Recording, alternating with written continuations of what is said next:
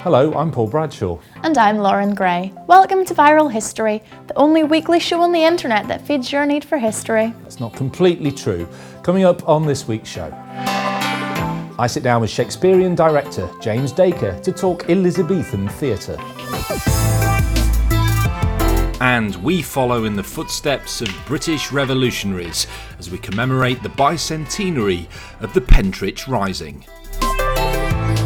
But first up, let's go to the news. Archaeologists have unearthed a major Aztec temple in Mexico City. The excavations have also revealed a ceremonial ball court and confirm accounts of the first Spanish chroniclers to visit the Aztec imperial capital, Tenochtitlan, in the early 16th century. And scientists from the University of Bologna have discovered the earliest known evidence of dentistry from a Paleolithic male skeleton in North Italy. Examination of one molar tooth revealed striations consistent with scraping with a sharp stone tool, apparently to remove decay. The remains are 14,000 years old. Next up, James Dacre is a vastly experienced theatre director, overseeing productions such as A Tale of Two Cities to Cat on the Hot Tin Roof. And recently Viral History spoke to him about the secrets of Shakespearean theatre. I think often there can be a perceived notion that Shakespeare is difficult to engage with and difficult to understand. It's a heightened language, and of course a great deal of information is often imparted over the course of kind of opening scenes of any Shakespeare, whether it's a history, a tragedy, a comedy. It's an experience as a director I often fear myself on the first day of rehearsals when going into rehearsing a new Shakespeare. Am I going to be able to understand everything? Is there a danger that there will be too many obstacles between the text and the story for me really to understand what's going on and to be able to kind of engage within the emotional narrative of the piece? And of course, like all great playwrights, Shakespeare's work is both produced well and sometimes it's also produced badly, and sometimes people do have experiences of really not engaging well with Shakespeare and can be scarred for life, for better or for worse otherwise. Despite being the son of a humble glover, has his work nowadays at least solely become the preserve of the middle classes? I think Shakespeare was fiercely populist, and one must never forget that he didn't just play his work at the great Elizabethan theatres in London of the time, but also really his work emerged from a tradition of touring and the small clapboard Elizabethan touring stages that played in town halls and public spaces across the country with a kind of backbone really by which he often devised and developed his early work. So it's I think pretty unarguable that Shakespeare is a man that was both writing for the courts and for the establishment, but also for the general public at large. And in every play, I think the genius, mercurial nature of his writing that it really plays equally both to the yard, but also to the royal box. Has it become the preserve in 2016 of only the wealthy and the middle class?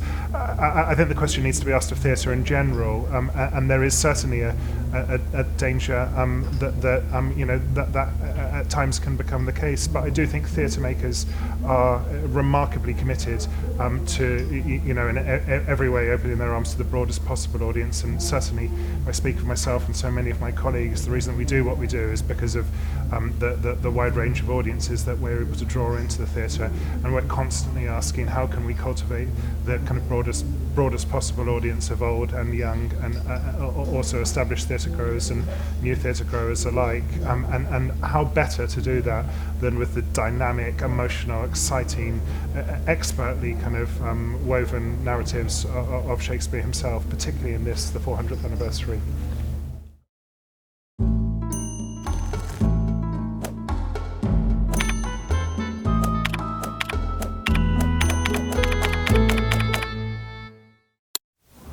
They were marching in memory of those that had marched before them 200 years ago.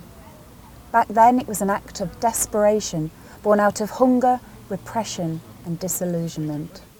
It is incredibly important to commemorate because it's part of our history, and at that time there was so much unrest going on, and it was, you know, people starting to fight for their democratic rights, but also about how they were being treated as industries changed and moved. And it's just so important to remember the struggles that people have fought before us to get the things that we're able to benefit from today. So for me, that's very, very important. Most of the politicians who were in office during the period of the Pentrich Rebellion are contemporaries. They've gone through that French Revolution. Some of them actually witnessed events in Paris. So the authorities are obsessed with the idea that normal people would come out and actually start a revolution themselves.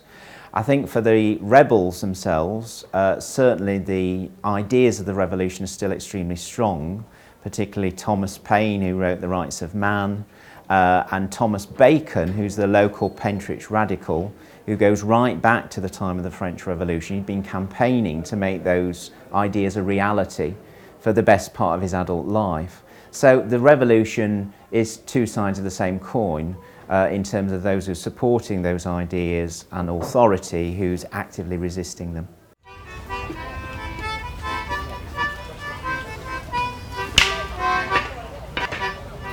These walkers peacefully commemorate the 200th anniversary of the Pentrich March, where as many as 400 men took up arms in order to create a more fair system for all. However, there was a traitor in their midst. Well, William Oliver was a government spy, and he joined the not just the Pentrich Revolution, but lots of groups around the country in the north. He went round them all, basically fomenting rebellion. He promised them that 40,000 people would turn out in London if they went to London, and that's what really got the revolution going, really. So he instigated it? Well, that's what people think. He was a agent provocateur, really, but as you call him now these days, possibly.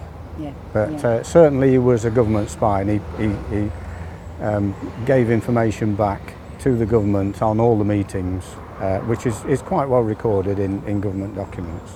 As the group marched through the night, their numbers grew. They stopped at houses along the way to collect arms and men. They came here and went to Mrs. Hepworth's house. They banged on the door and found that it was firmly closed. A warning shot was fired through the door and the servant was killed. This caused a black mark in the marcher's name. I think it's really right to remember Pentrich, and I think what is so heartening is that it's at the heart of the community today. So 50 years ago there's a lot of commemoration about the 150th anniversary, and it tended to be, you know, academic historians coming and telling people about its significance. What's great about today in this period is so much of the commemoration is community driven. So that's really important, I think. I think there's something about Pentrich that is appealing to us today.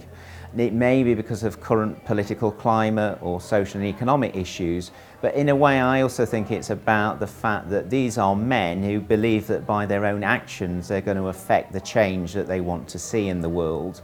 And I think there's something very powerful about that. So although it failed, although in a way it was doomed to failure, I think there's something about that aspect that is almost eternal. It's certainly very contemporary. So I think it's absolutely right that we do that, whilst at the same time acknowledging that it came at a price. It came at the price of men's lives, it came at the price of those who resisted en route, that were threatened with violence. So it's not that we're celebrating, in a sense, the failed revolution, but we are thinking about what it is that makes people feel that they have no other outlet than to rebel. Here we are in Giltbrook, and this is where we reach our journey's end.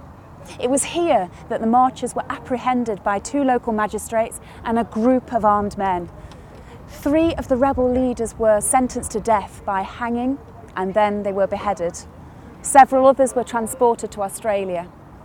The whole event was immortalised by Percy Shelley, who referred to it as the death of British liberty.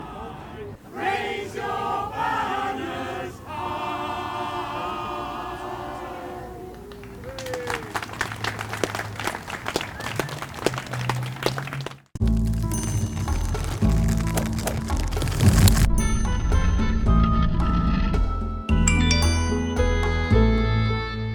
Here's Marguerite with On This Day.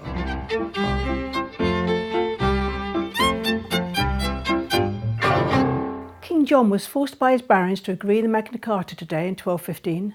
The Charter is considered to be the first step towards the Constitution. Well, once more, that's about it from us this week. Feel free to hit that subscribe button, follow Viral History on Facebook and Twitter and Instagram, and like this video of course, and don't forget to tune in next week. And remember the phrase, what's past is prologue. See you in how many days, Paul? Me and my demands. So demanding. James Decker is a vastly experienced theatre director, overseeing productions of such... It's coming up on this week's show. That was crap.